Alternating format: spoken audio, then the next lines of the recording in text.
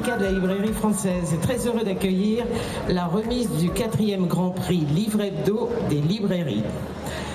Promouvoir les acteurs du livre, les initiatives innovantes, l'excellence du service des librairies indépendantes est un des buts de ce Grand Prix Livre Hebdo. Et je pense que, tout comme moi, vous êtes très impatients de connaître les lauréats.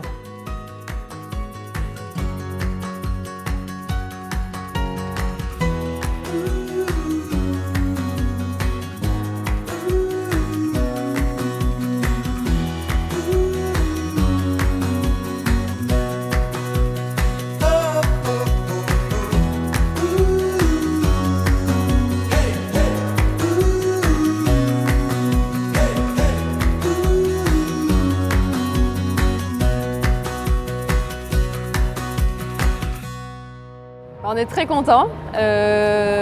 Arrête. Il me perturbe. Là, on est très contents, c'est une belle récompense, on a fait beaucoup d'efforts, pas que nous deux, toute l'équipe. Marie, Charlotte et Jeanne, bravo à vous et merci. À toute notre famille qui nous soutiennent, franchement on est très très touchés et c'est vrai qu'on n'était pas libraire il y a un an et d'être là c'est juste incroyable. Et voilà, donc c'est un beau moment et on va pas l'oublier de sitôt. Bonsoir le monde du livre. Ce monde, on en parle comme on parlerait du monde du cinéma, du monde de la musique ou du monde rural, politique. Je suis entrée dans ce monde qui nous lie tous ici, il y a maintenant 14 ans. Il y a d'abord eu ces ma belle et ces ma petite, ces joues pincées et ces bises forcées. Il y a eu ces hommes qui m'expliquent la vie, tant ma bouille laissait penser que je ne savais rien.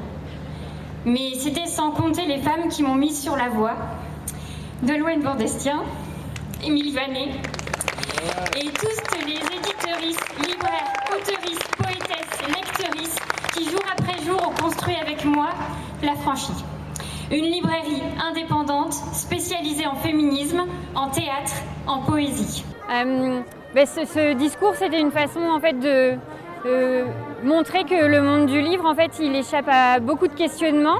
Il est assez opaque et il a l'impression d'être un peu au-dessus de tout, comme si nos problématiques n'étaient pas sociétales et aussi importantes que tous les mouvements politiques qui nous entourent.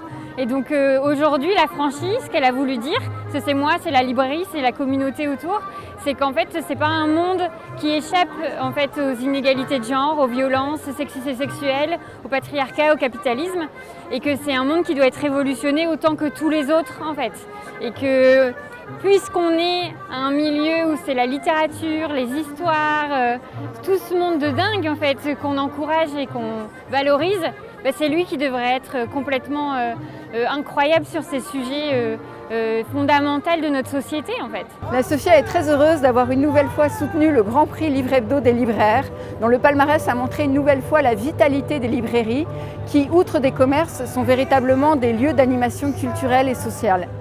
Nous avons cette année voulu prolonger la remise des prix par la publication d'un guide de l'innovation 2022 dans lequel vous pourrez retrouver tous les lauréats et une quarantaine de librairies dont les réalisations sont particulièrement remarquables. On peut mesurer l'évolution de ce prix, son ancrage dans la réalité de la librairie, à la fois par toutes les candidatures qu'on a eues, puisqu'on a eu 59 librairies candidates, 135 dossiers déposés, et par l'écho qu'a cette cérémonie, on voit qu'il y a un véritable engagement des libraires aux côtés des lauréats. C'est une grande satisfaction pour nous, on a vraiment le sentiment que ce Grand Prix Livre Hebdo est utile aux libraires et à la promotion de la librairie en France. Alors le Grand Prix des libraires, je trouve que c'est une formidable initiative. C'est très important de valoriser, de reconnaître et que ce soit Livre Hebdo aussi qui le fasse, la profession et notamment en allant chercher des libraires qui ont chacun des caractéristiques différentes. Donc moi, j'ai trouvé ça très bien. Ce qui m'a beaucoup impressionné, c'est le nombre de libraires, parce que là on les voit, ils sont derrière. Donc l'année prochaine, objectif 1000 libraires. Et c'est très impressionnant. Et là, je vais y retourner parce que ce qui est formidable dans une réunion comme celle-ci, c'est qu'il y a des idées qui fusent, beaucoup d'échanges très instructifs, des idées folles. Et il faudrait me rappeler une chose, c'est qu'il n'y a que les idées folles qui sont intéressantes. Voilà. On est très content d'accompagner Livre Hebdo. On a une très bonne relation avec l'équipe. Il se trouve qu'on est aussi annonceur, mais c'est surtout la rencontre. Vous voyez, d'un événement comme ça, on était très heureux de se revoir. Il y avait, je crois, plus de 1000 libraires. Voilà, et pour nous, c'était l'opportunité d'aller au-devant des gens et puis d'apprendre des choses aussi.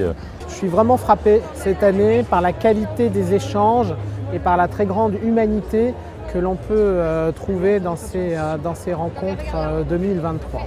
C'est pour Libre Hebdo, bien évidemment, l'occasion de réaffirmer son rôle de média interprofessionnel, d'apporter une touche de célébration quasi festive avec ce Grand Prix des libraires qui récompense des initiatives absolument formidables. Déjà, c'est formidable.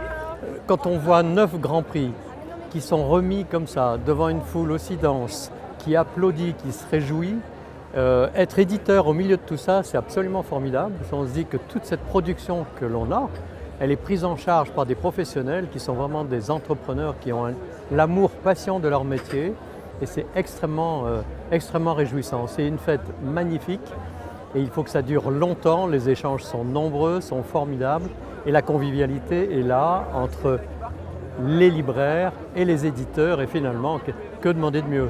Formidable. Beaucoup de fierté et on réalise pas encore tout à fait, mais c'est aussi la récompense de 8 ans d'efforts.